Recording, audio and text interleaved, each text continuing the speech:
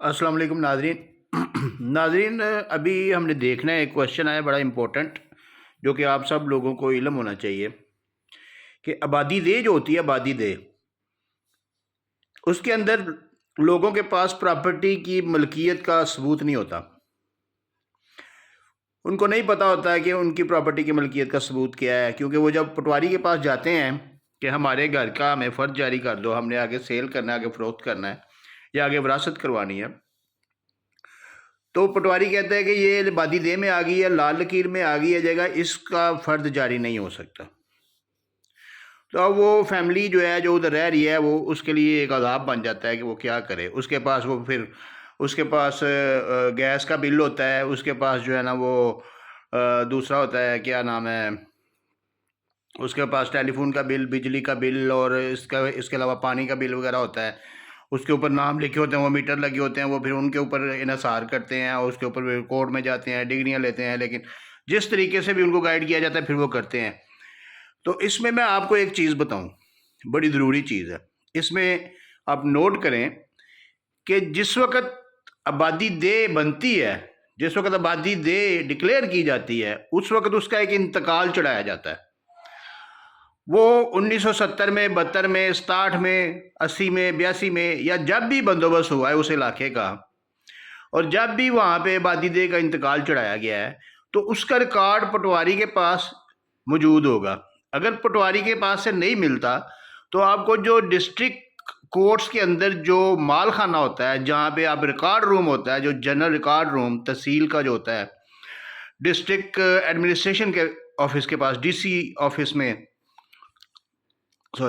وہاں پہ آپ جا کے جو ہے نا وہ اس کا ریکارڈ لے سکتے ہیں اور اس کا آبادی دہ کا انتقال نکلوا سکتے ہیں. وہاں سے آپ کو پتا چلے گا کہ جس وقت وہ آبادی دہ کا انتقال چڑھا تھا، اس سے پہلے جس جگہ پہ آپ رہ رہے ہیں، جس کھیوڑ خطونی میں آپ رہ رہے ہیں،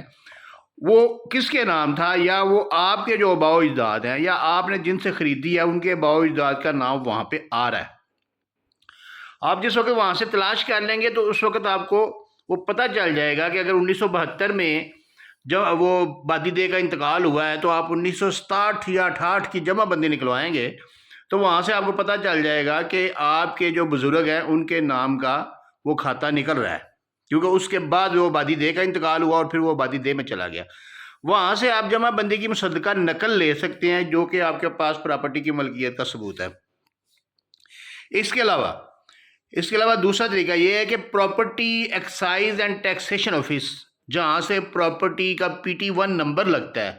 وہاں سے آپ کو PT1 سرٹیفکیٹ جاری ہوتا ہے. PT1 سرٹیفکیٹ جاری ہوتا ہے، آپ اس کی بنیاد پہ تحصیلدار جو سب رجسٹرار ہے اس کو اپلیکیشن دے سکتے ہیں کہ میں یہاں پہ 25-30 سال سے 40 سال سے میں یہاں پہ مقیم ہوں، یہاں پہ رہ رہا ہوں، یہ لال لکیر میں آ گئی ہے، اس کا آبادی دہ کا مجھے انتقال نہیں مل رہا، میں نے یہاں سے بھی سرچ کی، یہاں سے بھی سرچ کی، میں نے پچھلی جمع بندیاں بھی سرچ کی لیکن مجھے نہیں مل رہا. میرا یہاں پہ میری رہائش ہے، میرے نام پہ بجلی کا بل ہے، میرے نام پہ گیس کا بل ہے، ٹیلی فون کا بل ہے، تو میں اب اپنے بیٹے کو یا اپنے بھائی کو یا اپنے باپ کو میں یہ جگہ بیچ رہا ہوں، یا میں کسی دوسرے شخص کو یہ جگہ بیچنا چاہتا ہوں تو اس کی رجسٹری کر دیں. تو تحصیلدار کے پاس جو سب رجسٹرار ہے اس کے پاس اختیارات ہیں کہ وہ آپ کی اس PT1 یا جو بھی آپ کے پاس ڈاکومنٹ ہے اس کی بنیاد پہ ایک اخبار اشتہار کرے گا. اخبار اشتہار کرنے کے بعد وہ ایک تحصیلدار کو وہ سب تحصیلدار نائب تحصیلدار کو اپوائنٹ کرے گا جو کہ موقع پر جا کے